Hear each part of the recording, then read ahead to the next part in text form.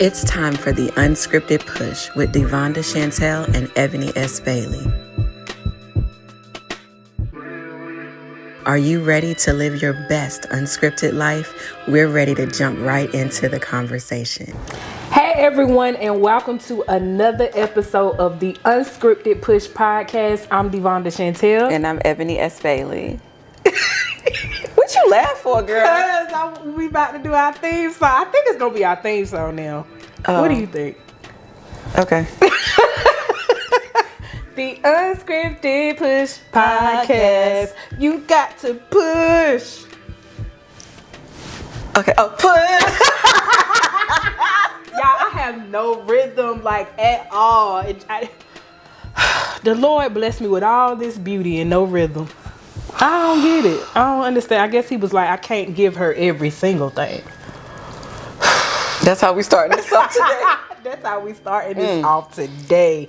Well, you are here for another episode. Thank you for coming back. This is cool, y'all. I don't know. It's fun for us. Mm-hmm. We have amazing time on set in our recording studio with our producer. Thank you, girl. At Crystal's. $500 an hour. Inbox me, I'll let her know. And send me the $500. I take 10%. Wait. This just keeps getting better, right? But no, we had a good episode last time. You got to know us a little bit. And again, there will never be one episode where we can just dive into who we are and how things are evolving and things are changing. Because you change every day, y'all. You can go through a situation and now there's a new version of you. Because of what you've experienced or what you've learned or what you've left behind, all the things. So you'll be learning us as we are learning our new selves too, because we're changing. It's so many things. That's how we became in this relationship that she done put me in. She told you how I felt like we went to the Justice of the Peace. All my friendships are relationships. It takes work. Relationships take work. So They do. And we're going to dive into those. I was going to say friendships, but these relationships that you have with others. And we're going to talk about what that looks like. Because for the most part, some people like to keep their same group of friends for their lifetime. But that's not always the case for everybody. I don't have the same group of friends. We've moved. I used to live in New York when we were younger, and then we moved to North Carolina. Then we were in Henderson. We moved from New York City to Henderson, y'all. Oh my God! They ain't had no sidewalks. We were on a culture road. shock. Yes. Wow. It was farms across the street from us and behind us. It was one lane road. We ain't had no corner stores, y'all. It was a culture shock. You had to drive to people's houses. You couldn't walk. You had to drive to the people's houses. So we did that. And then we went to Butner. Well, that one no better. Butner. Oh, I remember Butner. Butner and Creedmoor. Coming to Butner at y'all house. Yes. But again, you change, you grow in situations in life, and I didn't have the same friends. I moved to different schools and from high school, from middle school to elementary. Then I had my friend group, and then it was time to go, and we moved to Christian Faith Center. They took me from public school to Christian school. They took me to a school that had hundreds of people. To my graduating class was 31 people. We are not even going to talk about Crystals and they had 3 people, y'all. 5. Now, we didn't have 3. We had 5. It seemed like, guys, we had a lot of people not a lot of people, but a good amount of people. And then everybody started to go to public school. And my mama was like, what they got to do with you? You are staying in private school. So as everybody started evolving, going to public school, we stayed there. So yes, a lot of people don't know, but I graduated in May of 2024 with 5 people. Not 24. I was like, girl. 2004. I'm still in last year. Lord have mercy. 2004, guys. Yeah, I'm not 1 year old. About 1 year old. But yeah, we graduated in 2004. Everybody in that class was like valedictorian. Like they all. Okay, I'm playing. All right. Valedictorian, salutatorian. Everybody got a title. Everybody, you get a title. Everybody get a title. So, but we were a close knit group. We had, a good time our senior year. I was Miss Christian Faith Center Academy. So, it was 5 people in my class, but not in the whole school. So don't y'all downgrade me being Miss Christian Faith Center Academy. Okay. So my class was the biggest class. I think it's still to this day. Yeah, you had the best class. Like 31 of us, y'all.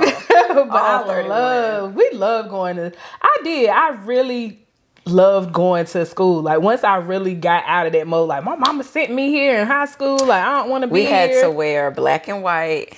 We had to wear skirts. And stockings. That is why I don't like wearing stockings to this day. Or I'm not really big on navy blue. I'll wear navy blue sometimes, but it's like white button downs, navy blue skirts, stockings. I hate stockings PTSD. to this day. Yes. We had to wear stockings every day. And if you didn't have on a pair of stockings, you had to go find some or go get some. Or you had to go to ISS. Or ISS, and I stayed there. If y'all really know my story, suspended or in ISS, God has really turned my life around. But when you talk about friendships, though, like I think I have a couple of friends still from high school that I could pick up the phone now and call if I need to. I only have 2 friends from high school. I have a handful, and then it's. Even like friends that you may not talk, I consider my friends. Like I don't use that word loosely. I consider them my friends. Like I can pick up the phone now and give them a call.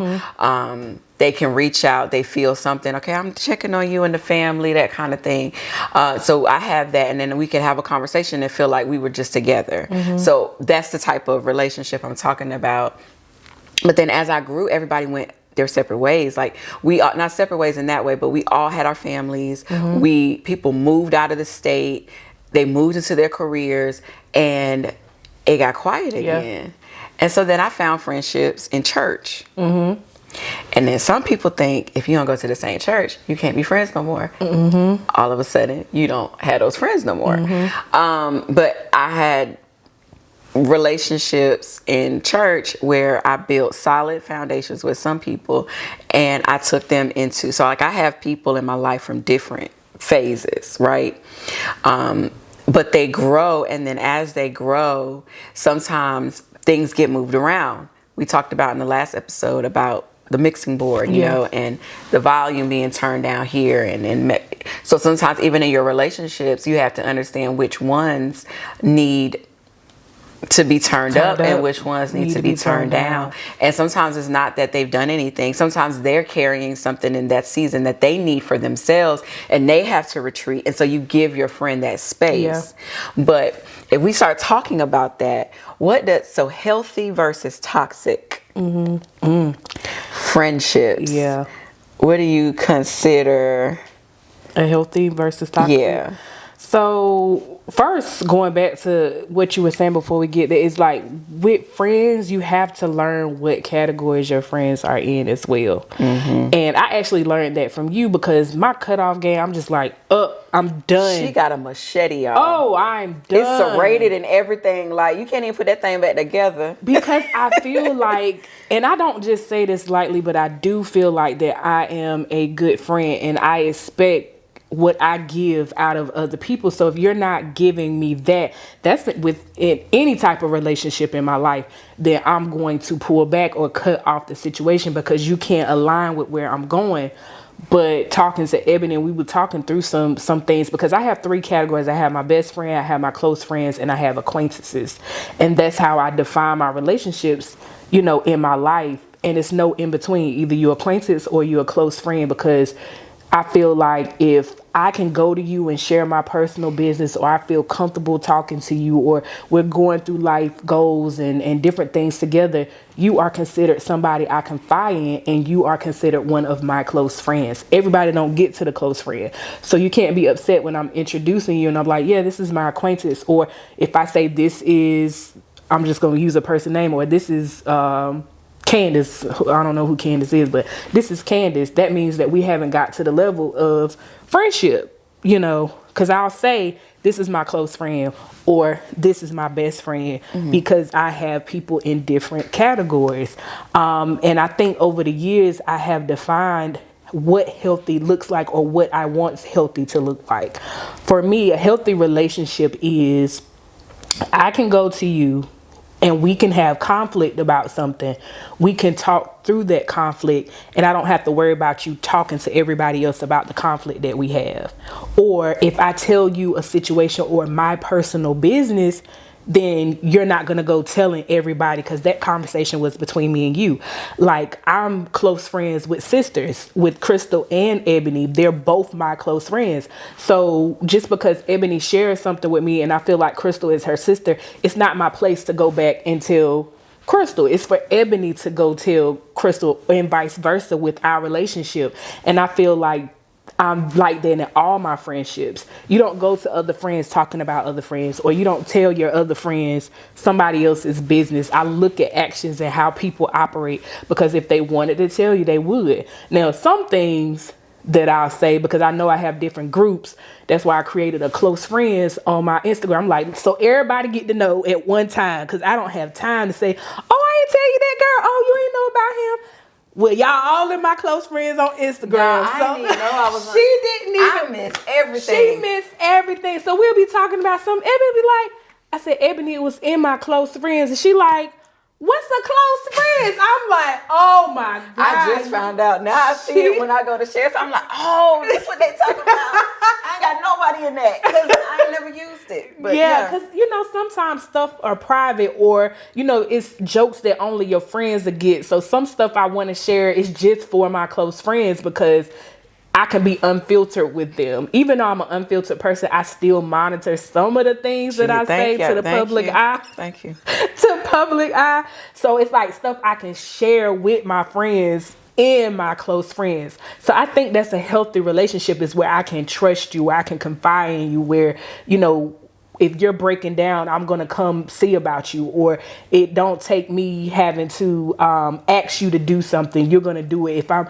in a financial bind, or if anything, that is a healthy relationship. I feel like toxic relationships come to play when you have people that are pulling from you. They always withdrawing. They always taking from you. They always need something, or they always using your creative gifts or your influence, who you're around. And that when you need them, they're nowhere to be found. Or when you're drowning, they're just looking at you like, I don't know what you're going to do. Those are toxic relationships. And you can tell by people's actions.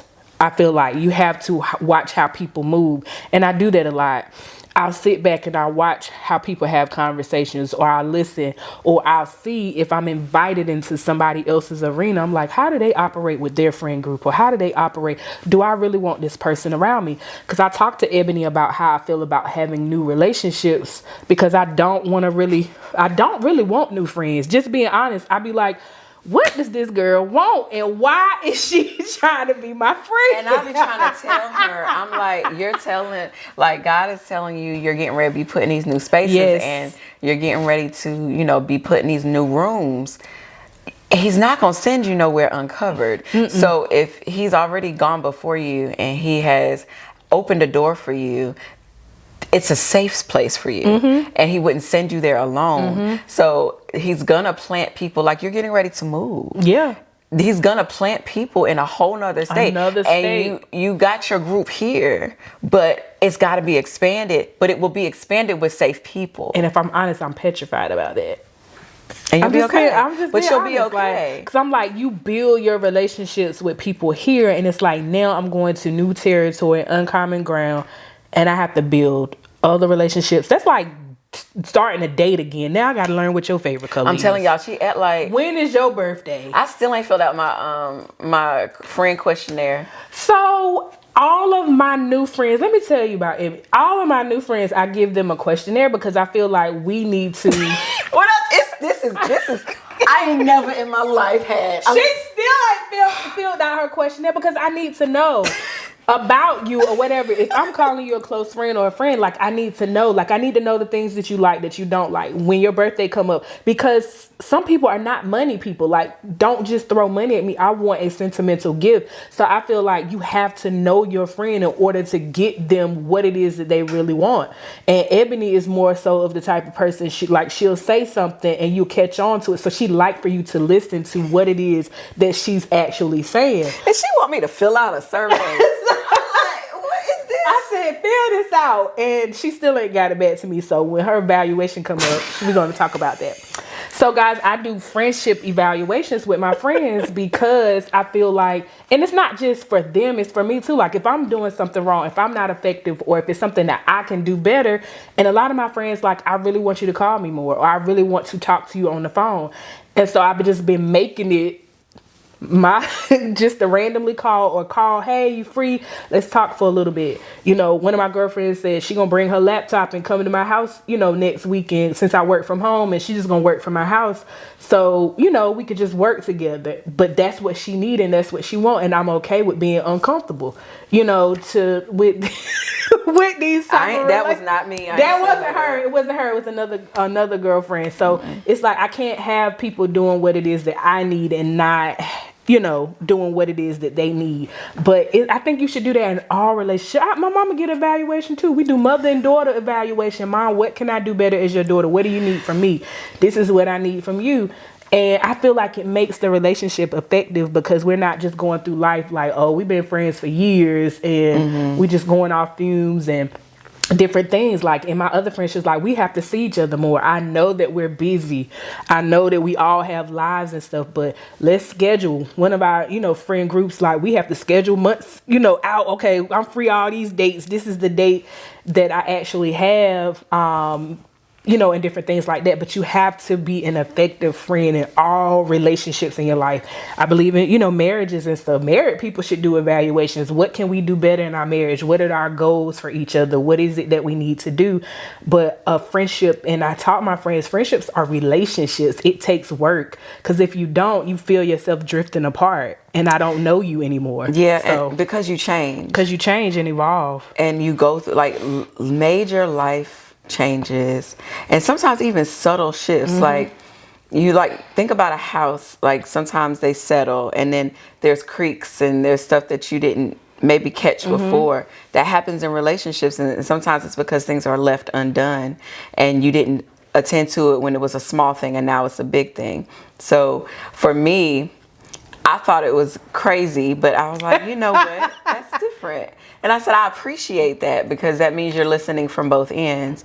And then also, for me with toxic relationships, what I have learned to be a signal for me is what I call energy expensive people. My phone ring and I'd be like, yeah. Or I see the name and I'd be like, oh man, I do that too. And I'm like, why do I feel that? And it wasn't just in relationship. Well, no, it was a relationship, because even when you encounter different people in business and church world and like anything, like what do you feel when you're around them?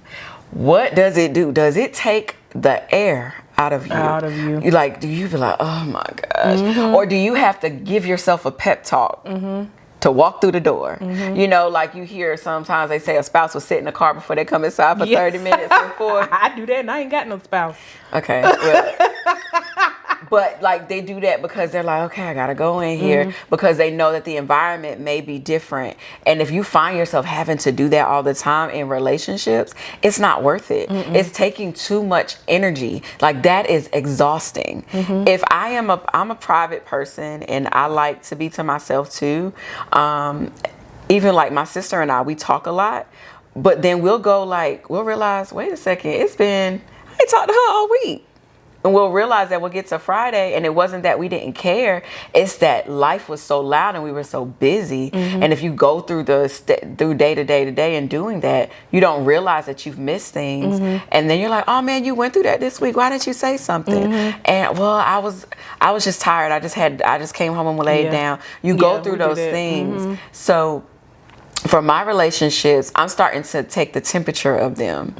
And I'm learning what I like now because I've changed, and the things that I will tolerate and won't tolerate anymore. And sometimes I'm also learning that I don't have to even announce it.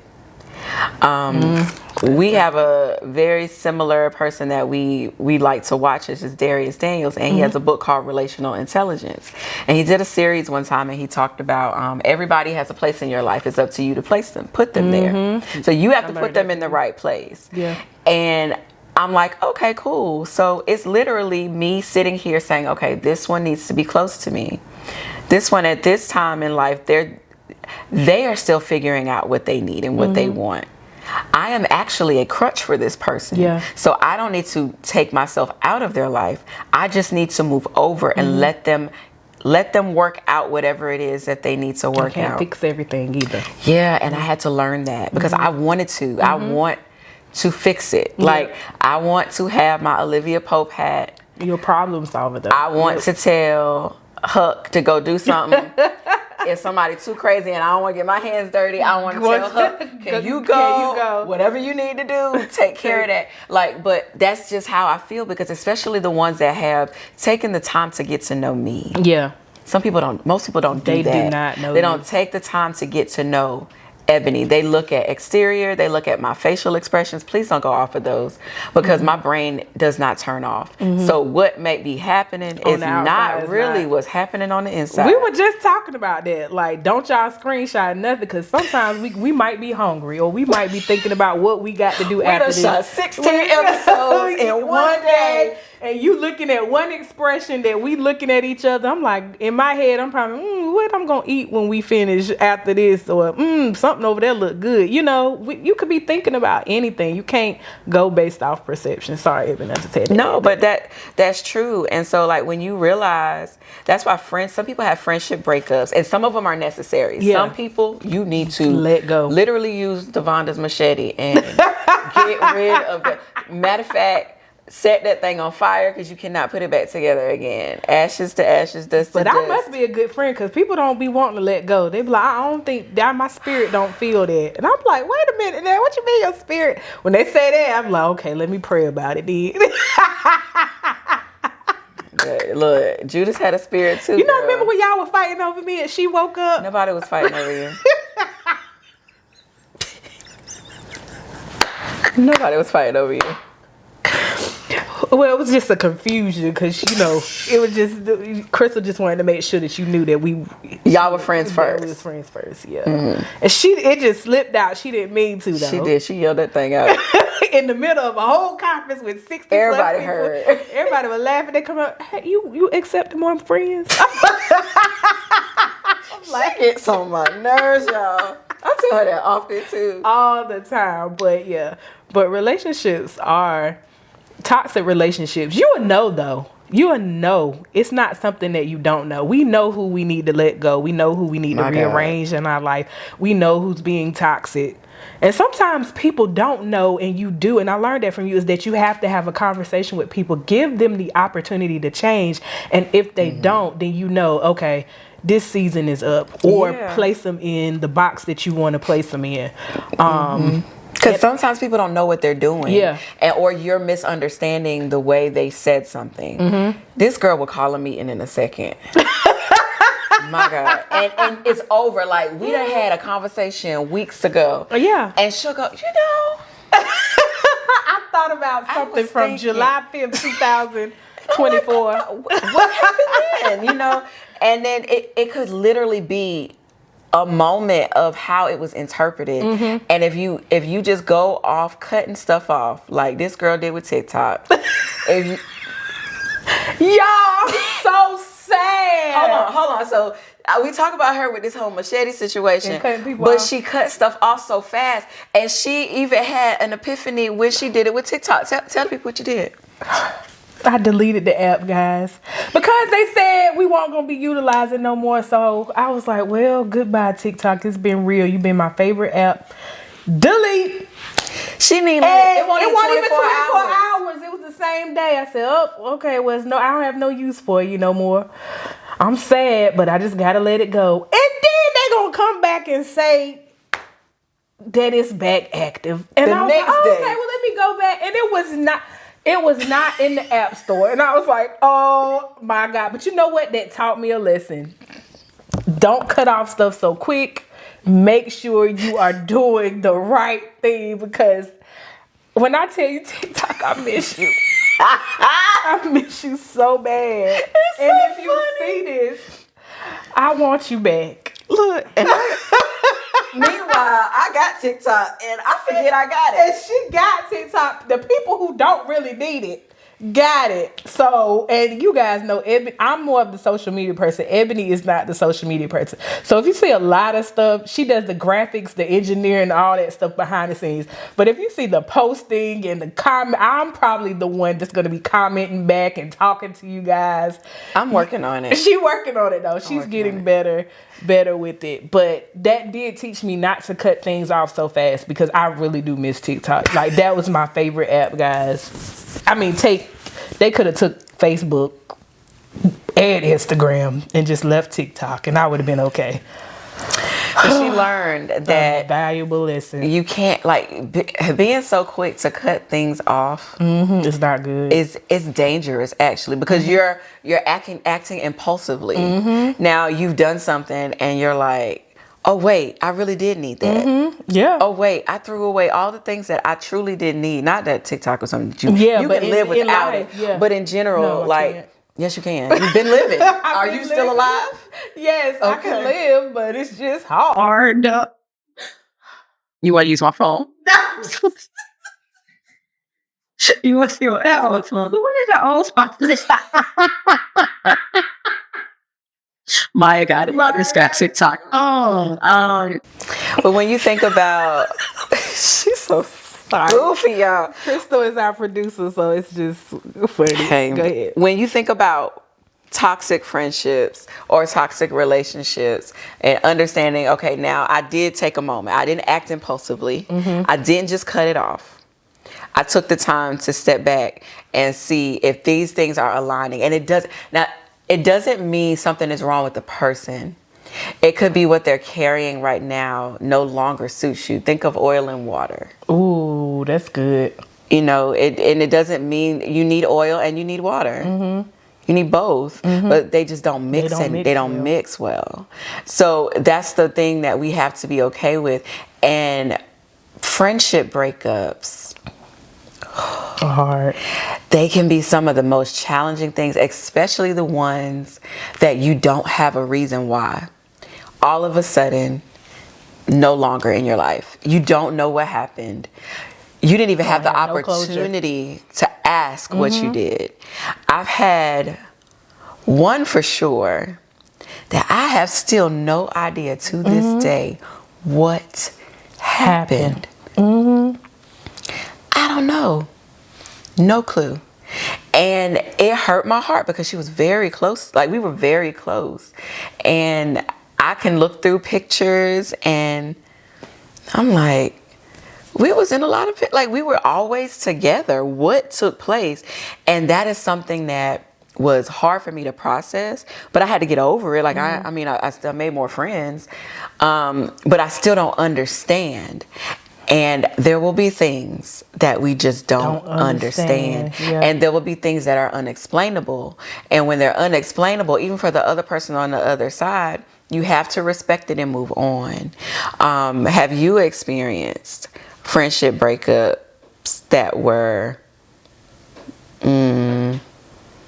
how do you process those? Since you be the cutoff person, since don't nobody ever want to leave her, she be the breakup. I do the breaking up.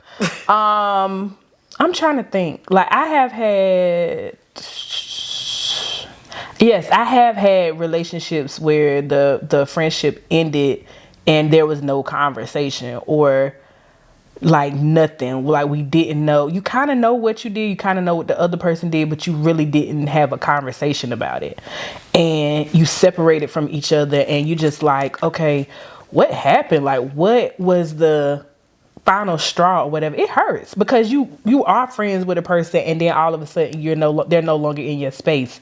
So it's just like, how do you handle it? Like, what do you do? and stuff. And I'm so like, I don't want to say I'm hardcore, but I'm so stubborn in that regards of my feelings. So stubborn, and I had to learn to communicate and be better as a friend and stuff, because I would just let it go and it could be eating me up on the inside. But if you don't have back then, if you didn't have a conversation with me first, then we just won't have a conversation. So I could be burning on the inside, upset, like what in the world happened, but I won't say nothing.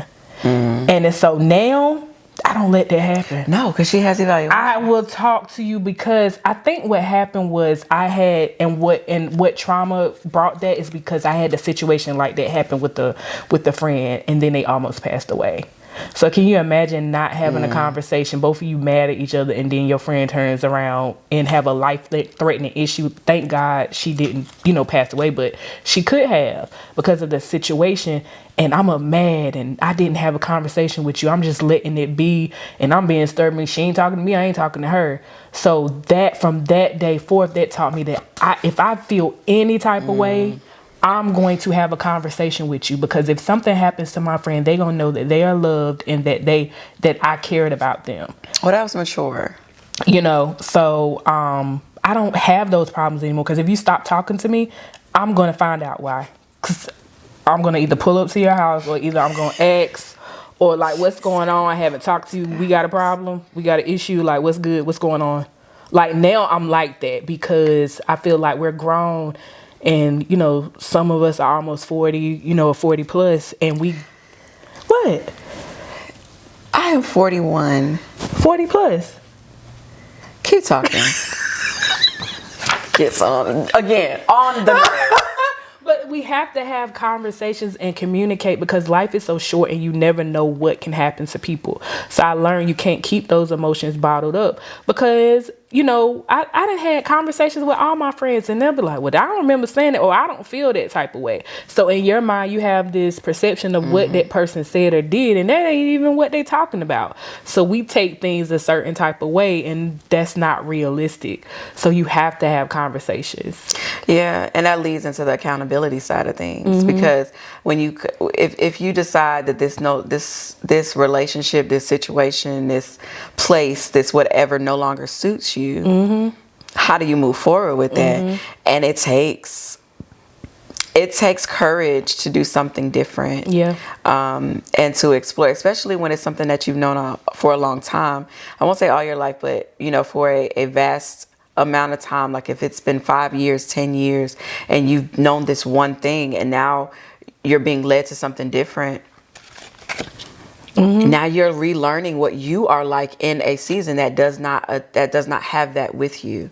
So you don't lean on something, like you think of a person that's like gone through a divorce. They know what they're like in marriage, but now they got to learn what it's like. They can't even say what it was like before marriage, because they didn't have marriage as a part before. So they were an individual, they were single. So now they have to learn what they're like outside of the marriage as a single person, because now that all the things that you picked up in your marriage, you've carried with you.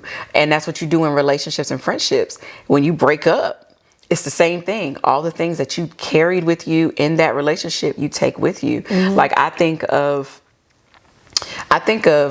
like, again, y'all, we gonna have Bible lessons every so often. Yeah, absolutely. But when we talk about Jesus and he had the 12 disciples, when you hear him talk about, he even had a core out of the 12. He had three of them. And when he went to do something outside of the group, he took the 3. And that's okay. And you just have to be honest with yourself. Okay, in this space where I am, this is who I need. This is what I need. And you don't have to apologize for that. And if whoever used to be in seat 1, they may not be able to go with you in that next space. And you have to be okay with that. And I am learning. I got prophesied to last year, y'all. And the lady spoke to me and she said, God is getting ready to expose some people around you that are really not for you. And she told me some other stuff about that. And then she was like, it's not for you to leave them. I said, what? So I'm going to know what you said. I'm going to know you're not for me, but I am supposed to not cut you off. She said, it's not for, she said, but God is going to use you and that relationship to grow them up, to heal them is the word she used. She said, to heal them. And I said, so I have to endure a relationship that I know is one-sided more just because. And I'm like, okay, God, I did say you could use me, but I won't talk about like that. But okay, fine. That's deep though. To know it's hard to know. That takes maturity and it takes growth. And to treat them no different. And ooh. But who am I to not do that? Because again, how many people did Jesus walk with? And he walked and he did miracles and he did all these things with people that truly did not care for him, to know him on an intimate level. They wanted what he had to offer. And I feel like when going back to healthy versus toxic relationships, a healthy relationship is not one-sided.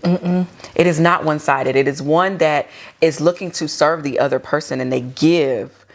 They're not always trying to take.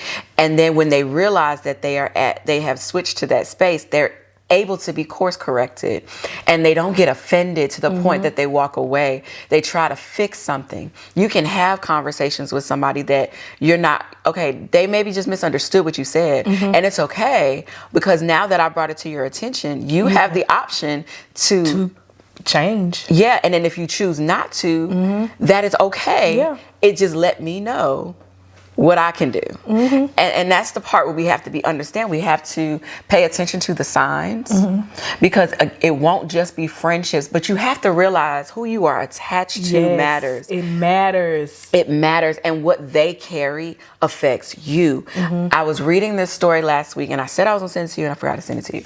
But I was reading a story about Achan in the Bible. And I'll do a Cliff Notes. The children of Israel, they in the wilderness. They crossed over the Jordan. They were supposed to not take nothing from where they were. They were not supposed to take anything. He told them jokers not to take nothing. And they did it anyway. Achan did. Achan took something, and when he took it, he hid it because he knew he was wrong. Okay, like God can't see everything. Come on, Achan. So he took it, hid it, right? Then they go into this next phase. They about to go battle Ai, and Joshua's like, go spy. Now Joshua's my dude, y'all. That's my twin. I found out in the Bible. We're gonna talk about my twin in the Bible. Oh gosh, we're not gonna go there. But Joshua said, go spy the land out. He sends some spies out. They go, they're like, we don't even need the whole army. Give us 300 people and we'll take them out. They got their tails whooped. And they lost 36 people. I think it was 36. They lost 36 casualties. Because of Achan. And at this time, they didn't know who it was. They didn't know what happened. So Joshua was upset. Joshua tore his clothes. He fell to the ground like, Lord, what did you do? Like, why? And so God was like, get up. I told y'all, basically, not. So he let them know there's sin in the camp. Somebody took something that they weren't supposed to, and it affected everyone. That's the word right there. You could preach just off that. Everyone. You took something you was not supposed to, and it affected everyone. So they lost a battle that they should have won because someone in the camp took it. Then fast forward to the next chapter. No, let me not even go fast forward. At the end, God said, call them out. Find out who it was. And they did. So Achan had to admit what he did. Told him what it was. Told him where to go find what he buried. Brought it back. They had to stone everything. Not just him. His family. His cattle. Girl, they burnt the tent. Like they didn't leave anything because they had to erase the entire thing that disrupted what God was allowing to flow in. So by you being disobedient can affect your whole lineage. Everything connected to you. So don't you cut up because we didn't be and if you act up and you out here clapping back, I knew I'm gonna be like, DeVonnda, I ain't got time to be stoning you and burning your house down. Like, no. But then the flip side of it, girl, the next chapter, God sends them back in the same place. Sends them right back to AI. I said, you ain't even let them recover. When you gotta you have to go right back into the space that you just lost in. That's a thing too. That's good. So he had to go back into, like, take everybody back in. And God's like, I already gave it to you, but you lost it because of the disobedience that was in your camp. Now that you've uprooted it, now I can give you what I wanted you to have. And then had the nerve to tell them, you can take the spoils. I'm like, wait, that's what we just got in trouble for. Somebody got in trouble. So now somebody like, can I really, like, are you sure? PTSD, like, do I really pick this up? But it's so many lessons in that. But to whoever you are attached to has a bearing on your future. And so that's relationships, that's connection, that's where you sit, that's where you study under, that's your church, your covering, that's who you call mentor, that's who you call business partner, that's who you call all of these names, these relationships. If they are toxic, understand that toxicity flows into all the other spaces. And spaces. Because of your disobedience and your decisions. You didn't have to just chastise me in front of everybody, Ebony. You could have just told me that when we got off the podcast. Sis. She didn't have to do that in front of y'all. The Up Squad. But no, that is really, really good. And it makes you think, like, you have to be careful of your decisions that you make because you don't know what it's going to affect in the long run. So what's your unscripted lesson? Not to make rash decisions. Really think about the decisions that I actually make and not operate out of emotion. Because I feel like a lot of times over my life, I have operated off emotion. Like even in relationships or you know, guys that I would date. Oh, I ain't hear from you a day. Delete. And it's like she don't even get 24 hours. And it's crazy. And I have to talk to the therapist about where that come from and why I cut people off like that. You know, and it probably stemmed from the you know, we'll talk about parents' relationships on the episode, but I, you know, was raised by a single mother. So it could come from the relationship of me and my dad that I just cut off people because I feel like you should have texted me. They could be sick or anything could have happened. Or I could have worked and went home and went right to sleep. But because I didn't hear from you, I'm deleting your number out my phone. It's something with that. But I am learning in this season too. Like I cannot make rash decisions. And so that's why I be careful of the things that I say or be careful of the things that I speak because you can't take back those words once you speak it out. You can apologize, but you can't take it back. So that's why when Ebony say I'll come back days, it's because I'm trying to process conversations or process things that somebody say. Think about it instead of going off the cuss to being like, good job. Yeah, because that mouth is unfiltered. This mouth is unfiltered, but God knows the way He made His daughter. That does not give you a pass. Okay, but lesson. You know that I am going to fight for you, girl. Nobody is going to mess with you in my presence. And out of it. We had those moments. Oh, yeah. So and out of it. Even when I was in the associate bucket. We'll talk about it one day. What's my lesson? My lesson is that I need to be sensitive be sensitive to the people around me. Being able to pick up on what's going on, because if I, like you said, make a rash decision, then I am operating off of impulse. And if I operate off of impulse, it could affect everything connected to me. Because in that moment, just like I said, Aiken, he was like, he saw the spoils, like he saw the gold and the whatever, and he's like, oh, I can have that. He acted off of an impulse.